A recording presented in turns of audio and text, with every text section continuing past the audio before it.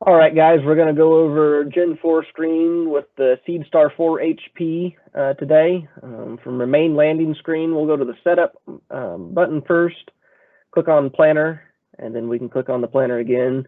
You can name it up here, confirm that this is a rear 3-point, probably a 2-point, and we'll adjust our pivot offset there.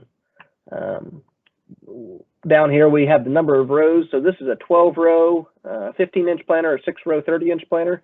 We need to make sure this is correct here for what the planter actually is, not what you're just using. I'll show you here a little bit how to switch back and forth between the, in this example, 12 and 6, or 16 and 31, 32 rows, probably the more common one. You have your dimensions here, your lateral offsets, your left and right, if to get your guess row correctly. Now you have your center of rotation and how it turns while you're going through the field, where the pivot point is back there. Working point is the hitch to the spot where the seed actually comes out at. And then on this setup, this is a pneumatic down pressure. It has sensors, gauge wheel sensors on these rows. If you had a independent row hydraulic down pressure, IRHD, you would have a sensor on every row.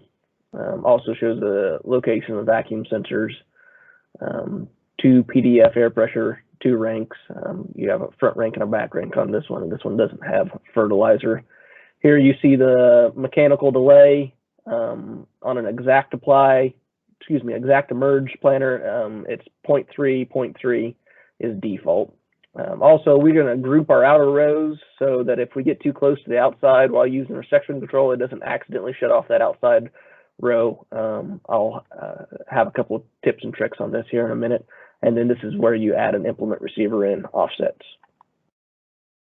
Do not add an operation in here. If this tool that you're pulling with the tractor has a controller on it, there's no need to add an operation in here. We get that call quite a bit. It kind of messes things up. Over here on the right-hand side, we got work summary, crop type. We're going to do corn today. And underneath controller rate, this is where you would go and select a prescription if you had prescriptions loaded on this machine or needed to import them from a USB stick or operation center. Work list is if you have been in the field once before already, say planted half the field and then got rained out, came back like 7-10 days later, wanted to pick up that same coverage map. This is where you'd go in there and grab it to keep going. And then your location at your client farm field. We'll hit OK there, and then we'll do Layout Manager real quick. Bottom right-hand corner, main menu, Applications, and scroll once down for this one, Layout Manager. So I've got 4 run pages set up here. If you need to add another run page to this, you create it in the all run pages, and make sure that one of these doesn't work, or you can edit one of them by hitting the pencil and changing the icons that are there. If you need to add new, name it something, and then you can pull in the modules and slide them around wherever you want to go there. Shortcut bar, I add in the section control and the SeedStar for pulling a planter. Those 2 are pretty helpful. And so I've already done that, and the way you do that is you just click on it. Say you remove one, and then you can add it back in, add something else back in its spot. And I like this SeedStar icon there. Let's save, and then you can see we have our planter pages set up here.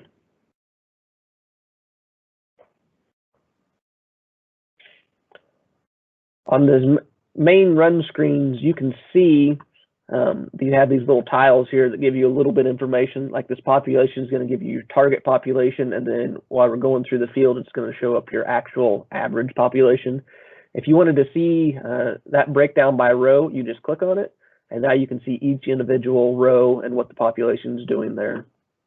To get back to that screen, you just hit that summary tab there. And then you can do the same thing with like seed spacing to see what your seed spacing CV is. And then you can change between it over here on the left-hand side. If you hit your SeedStar button, that's where it's going to take you into your main planter screen. And you can see that information here as well. by clicking on the tab, and then you can change that to seed spacing or whatever you want to see in there.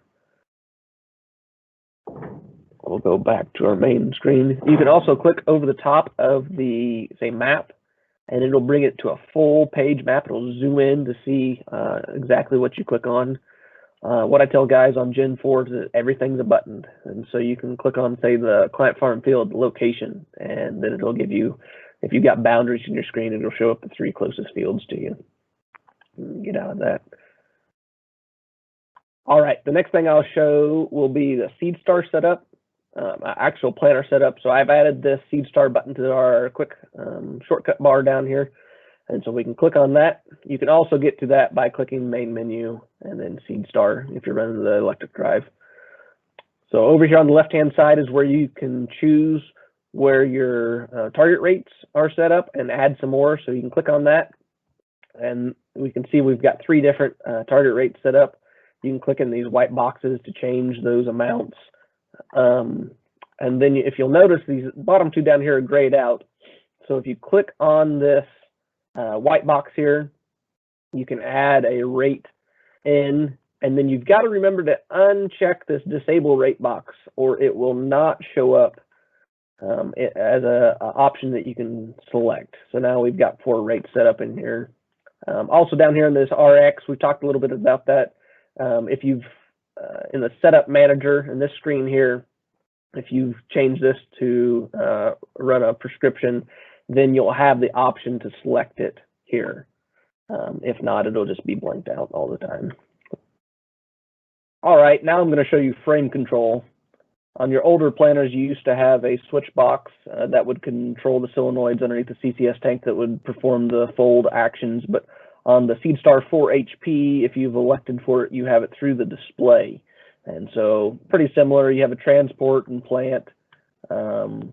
Underneath plant, you have your markers. If you've got markers there, you can turn them on and then choose left to right, automatic. Down here is your frame weight distribution. You can turn that on and off. That's the big cylinders that transfer the weight from the CCS tank out to the wings to help more even down pressure. Usually on 24-row planters. I think it's also available on 16 rows. Go back to transport, then that's where you have your wing wheel, rear rank lifts. It has micro switches here that won't let it mess up, so wing fold's not available yet. Here's also the easy fold button, similar to the vacuum automation where you have to have it set up, SEV assigned. Also has to have a automation activation in there for this to work. John Deere has a really nice video on it, a YouTube video that goes through the procedures. It also utilizes the resume switch to start the easy fold process. All right, now we're going to go over planter configuration. So we'll hit the setup area where it has the corn disc, seed disc there. It gives a part number, John Deere part number for that corn disc. If you're using an aftermarket, you just need to confirm that the number of holes that your disc has in it matches up to the number that the display that says here. Most of the time we're going to be using Pro Max 40s, but for some reason it defaulted to this 32 hole disc. It's set up to corn. If you needed to change that, you can hit work setup and it takes you back to that original setup tab, and then you can change it to soybeans at that time. Down here at the bottom, number of rows enabled. So this is a 12-row planter, but we're only going to use 6 rows of it right now to plant at 30-inch spacing. This is going to be more common for like a 31, 32, and a 16. This is the only spot you need to change back and forth between the different rows. You do not need to change it in that setup tab. Also in the screen, you have the product alarms if you're high and low population. And then if you have the pneumatic gauge wheels, this is where you can go in there and set the margins there as well. We have diagnostic and calibrations here. You can see some different readings in these to calibrate the gauge wheel. Downforce, you do that with the machine up. Height sensor. Procedures, your runoff procedures. So if you wanted to see a meter runoff while you're sitting at the end of the field, you can do the row unit runoff. You can select a row that's active. So row 2 is active here. Hit start and it'll run it at this 30,000 seeds for 5 miles an hour. You can also run off the complete planter like that or just the meter. And So there's also going to be a video that we're going to load to our website that shows how to use the mobile runoff. So use the iPhone, iPad, smartphone to run the to perform this mobile unit runoff while you're back there at the back of the planter, so you can see it while you're standing outside the planter. Over here on the right hand side, you have your vacuum. If you have the vacuum automation option, so this is John Deere planter, 30 series or neuter, you can set up to control the vacuum automatically. So you'll just set the how many inches of vacuum you want, and it'll adjust the hydraulics for you. There's no more of that change in the flow rate of SCV number 2 and 3 or 4 or whatever to get it to read the right inches of vacuum. To set that up, you do the SCV settings, change it from manual to automated, and then go through and follow the prompts assigning the right vacuum sensors to it. And then don't forget it requires a key cycle after that. Down here in the bottom right, we have fill to fill the meter. So you enabled your vacuum, you hit fill, and it says EPG must be active. And then that fills the meter and the brush. The purge is just to purge what's in the brush currently. It does not run the meter. So those are what those two buttons are. So we'll go back up here where we should have started out EPG. So the order of operations here is to kick your PTO. If it's a PTO generator, you kick that in first and then turn your EPG on, or it could be a hydraulic generator too. And then when you shut it down, you need to shut the EPG off first and then kill your PTO or your hydraulics. All right, the last thing I'm going to show is how to go through and adjust your section control. So we'll get out of this screen. From this main screen, you can see you have a section control icon on your shortcut bar where you can shut your section control on and off. If you do not have this in there, you probably would like to have it in there. To get into the main section control page, you hit the bottom right-hand corner main menu, applications, scroll down and find section control. From here, you have that same master on and off as you had on your main screen. You have your headland control, and what headland control is, it gives you the ability to shut off the planter before you get to the boundary. So you can plant the middle of your field first and then come back and plant your headland second. To utilize that, you turn that on. You have to make sure you have an exterior boundary, and then you can set the offset. So if you've got a 40-foot planter and wanted to use the section control, shut it off 80 foot before you got to the headland, that's 2 rounds. You can plant the center of your field first, and it will shut your section control off just like you had already planted your headlands. For right now, we're going to shut that off. This 2 check marks here, interior, exterior boundaries. On a 2630 display, if you had a boundary in the display, it was going to use it to shut the section control on and off. In a Gen 4 screen, it gives you the ability to not use those boundaries. And so if you uncheck that box there, when you come up to the boundary, if it's wrong, say it's inside the field, your physical field, say 10 foot, on the old 2630s, it would shut off 10 foot worth of rows. Well, if you don't have this check mark in there, it will not do that on a Gen 4. And so that's usually something a lot of guys run, is uncheck that box so you can have the boundaries in the screen and not have them affect your section control. Then come down here and you can see your overlap settings. And so we'll click on that. I believe it defaults to 50% overlap the first time you get in there. And so what that does is when you get to the headland, when half the planter is in that headland, it's going to shut the other half off. So it leaves these little triangle skips. And most guys don't like to see those. So the first thing I go through here and do is turn this to 100% overlap. And then it's going to ask you if you want to plant to the row or if you want to skip a little bit or overlap into the headland a little bit.